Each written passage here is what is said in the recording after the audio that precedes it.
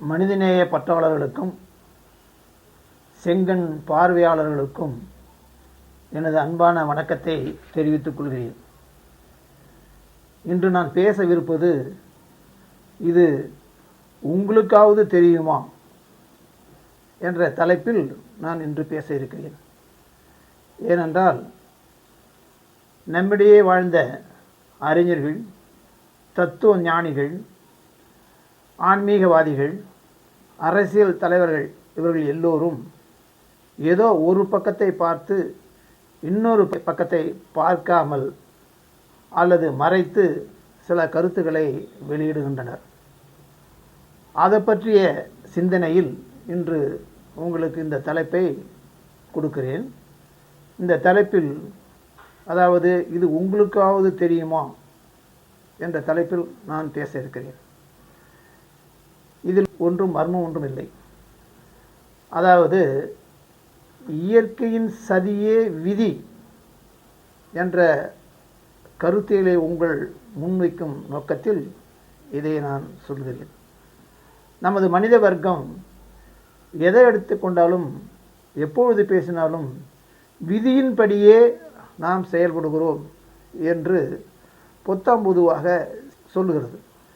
அதை மறுக்கும் விஷயத்தில் இந்த விதியின்படியே எல்லாம் நடக்கிறது என்பதை மறுக்கும் விஷயத்தில் இயற்கை வகுத்த இயற்கையின் சதியே நமக்கு விதியாக மாறுகிறது என்ற கருத்தில் இப்பொழுது நான் சில கருத்துக்களை உங்கள் முன்வைக்க ஆசைப்படுகிறேன். 2 பங்கு நீராலும் 1 பங்கு எலும்பு சதையாலும் உருவான இந்த மனித உருவம் இங்கு இயங்கு சக்தியையும் இயக்க சக்தியையும் தன்னகத்தே கொண்டு முதலில் உணர்வது இயற்கை.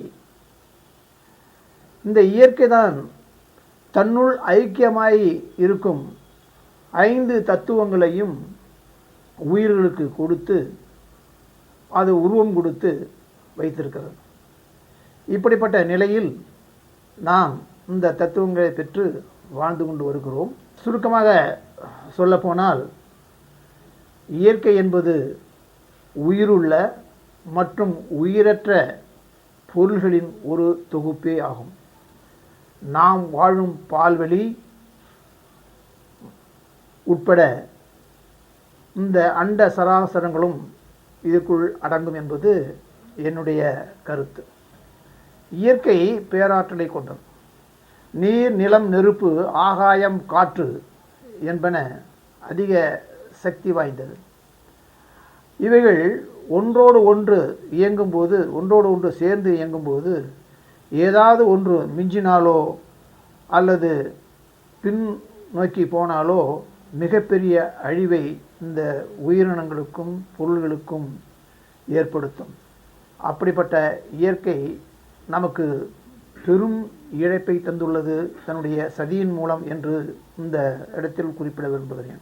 இப்படிப்பட்ட ஒரு பேரழிவை ஏற்படுத்திவிட்டு இயற்கை தன்னுக்குள் தகவமைத்து கொண்டு மறுபடியும் சீராக இயங்க ஆரம்பிக்கிறது. இந்த இயற்கையின் ஆற்றலை, சக்தியை கட்டுப்படுத்த ஒரு சக்தி இருக்கிறது என்பது பெரும்பாலானோர் கருத்து. இதை பற்றி நாம் இன்னொரு தலைப்பில் பேசுவோம்.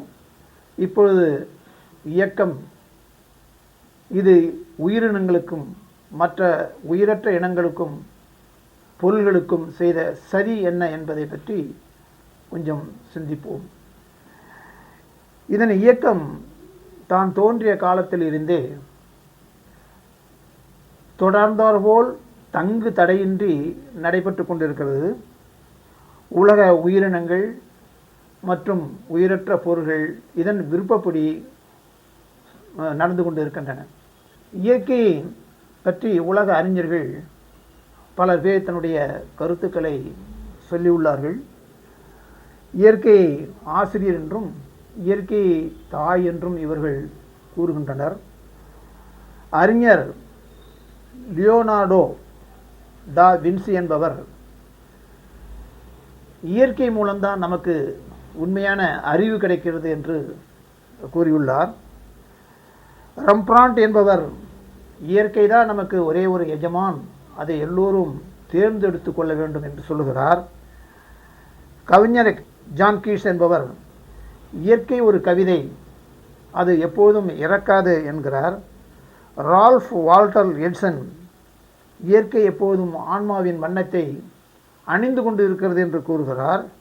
அறிஞர் ராங் லாய்ட் ரைட் இயற்கை உங்களை எப்பொழுதும் கைவிடாது என்று கூறுகிறார். இயற்கை பற்றிய புரிதலை மனிதர்களிடம் உண்டாக்க ஈரானியை சேர்ந்த சையத் உசேன் நசீர் தனது மனிதனும் இயற்கையும் என்ற நூலில் இயற்கையை பற்றி விளக்குகிறார். ஜெர்மானிய அறிஞர் ஹம்போல்ட் காஸ்மோஸ் என்கிற நூலில் இயற்கையின் தன்மைகளை பற்றியும் அதன் ஆற்றல் செயல்களை பற்றியும் விவரிக்கிறார்.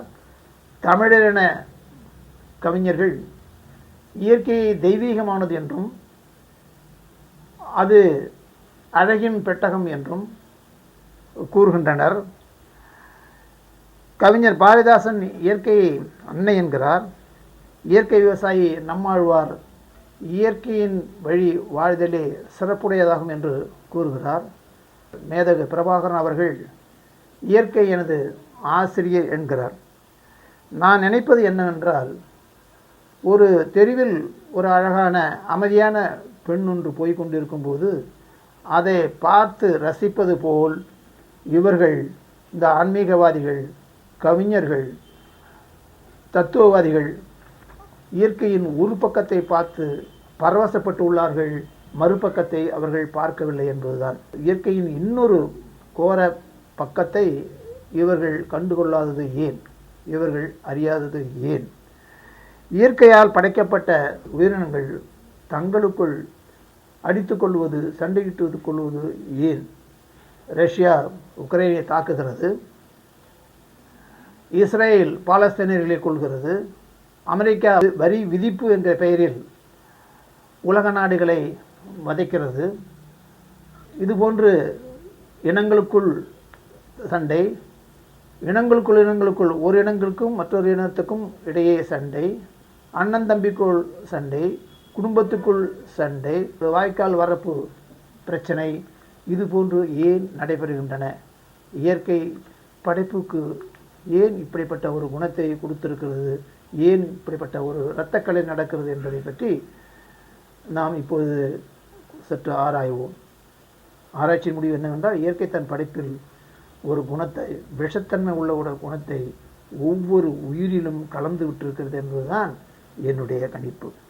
நான் சிந்திப்பது என்னவென்றால், அவர்களின் இயற்கை உயிர்களை படைக்கும்போது அவர்களின் இரத்தத்தில் தன்னலமும் தன்முனைப்பும் என்கிற குணத்தை கலந்துள்ளது என்பதுதான். இயற்கை இந்த செயல்தான் உயிரினங்களுக்கு அது செய்த செய்தி. நண்பர்களே, பார்வையாளர்களே, நான் சற்று உற்று கவனிக்க வேண்டும். நாம் எதற்கெடுத்தாலும் இயற்கையின்படி, விதியின்படி நடக்கும் என்கிறோம். ஆனால் விதி என்ன செய்கிறது? இந்த மனித குலத்துக்கு, குறிப்பாக மனித குலத்துக்கு எவ்வளவு கெடுதல் உண்டாக்கி இருக்கிறது என்று பார்க்கும்போது, இது விதி என்று சொல்லக்கூடாது, இதை இயற்கையின் சதி என்றே சொல்ல வேண்டும் என்பதுதான் நான் உங்களுக்கு சொல்ல வந்த கருத்து. இயற்கையின் சதியை உயிர்கள் உணர்வதில்லை. அவ்வாறு என்று உணர்கிறதோ அன்றுதான் இயற்கையின் சதியிலிருந்து நாம் வெளிவர முடியும். அன்பான மனிதகுல உறவுகளே, இதற்கு தீர்வுதான் என்ன? இயற்கையின் சதியிலிருந்து நாம் எப்படி தப்பிக்க முடியும்? இயற்கையை வெல்ல முடியுமா? இயற்கையின் சதியை அல்லது விதியை வெல்ல முடியுமா என்று ஆராயும் போது வெல்ல முடியாது என்பதுதான் கருத்து. அதே சமயத்தில் அந்த சதியின் வேகத்தை, வீரியத்தை நாம் குறைக்க முடியும் என்பதுதான் நான் உங்களுக்கு சொல்ல வந்த கருத்து. நம்மிடையே தோன்றிய நமது முன்னோர்களான Valluvar, Vallalar, Pattinathar, Leo Tolstoy, doctor Albert Schweitzer, Ingersoll Mahatma போன்ற தலைவர்கள் மனித வாழ்வின் நிலையாமை, மனித நேயம், ஜீவகாருண்யம், சகோதரத்துவம் போன்ற கருத்துக்களை சொல்லியிருக்கிறார்கள்.